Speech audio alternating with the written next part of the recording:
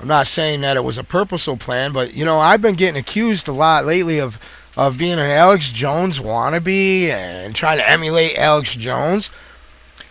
Because I use a lot of news articles that are written by employees of InfoWars and Prison Planet. Well, that's simply because they are actually doing a good job over there, and they have a paid staff. I don't have a paid staff going around getting all this information. I'm just reporting it. And the fact is, I don't really see any need to be critical of InfoWars or Alex Jones. And I don't think that it does the movement any good at all. And it really doesn't matter what I think. And I'm just like anyone else. First of all, I wasn't woken up by Alex Jones. It was more of George Humphrey's movie. I mean, that was basically just on 9/11 stuff and the left-right fraud.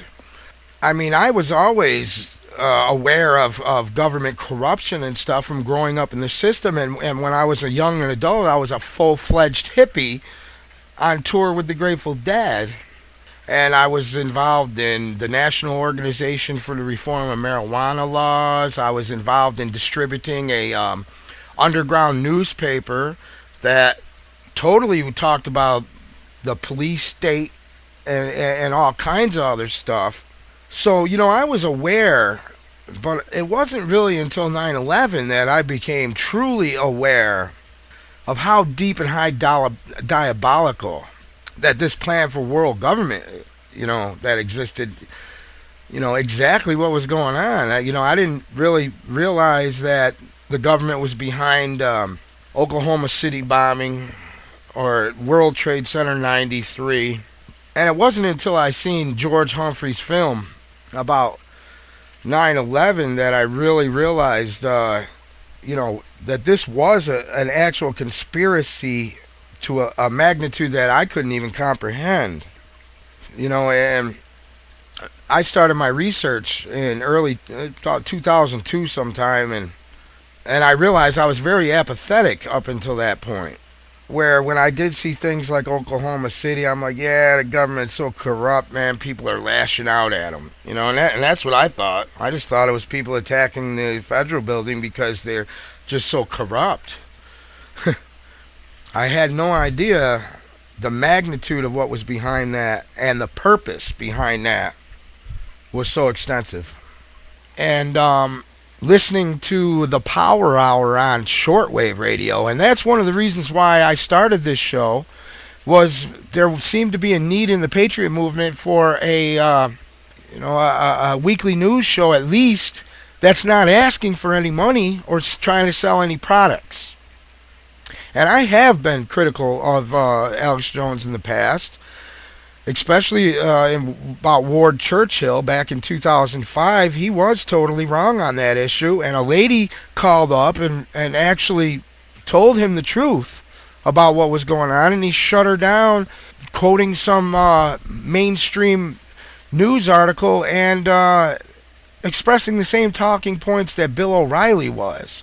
They were trying to shut down a debate here locally. In fact, it was the Harry Thomas show. This was before that story even broke nationwide.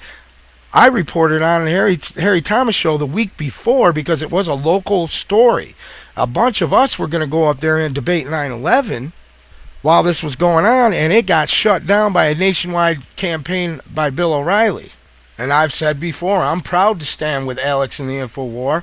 I'm proud to stand with Jack McLam and all the others that are fighting for freedom in this country and believe in the Constitution. I have no qualms at all. And the bottom line is nobody's perfect, okay? And some people say, well, Alex Jones, is part of conditioning the public about the New World Order and all that.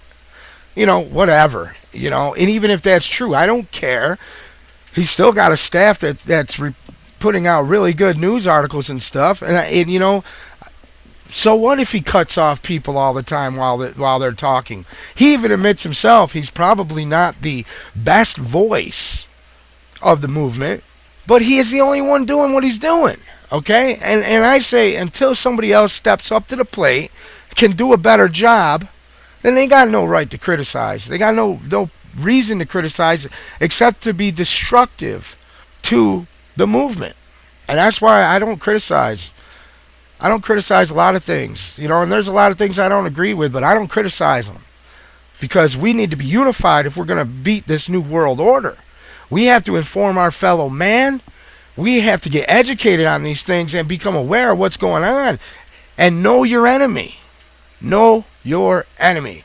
And we're heading into the final phases of the end game of the new world order. We all need to be prepared and resist the tyranny that's coming.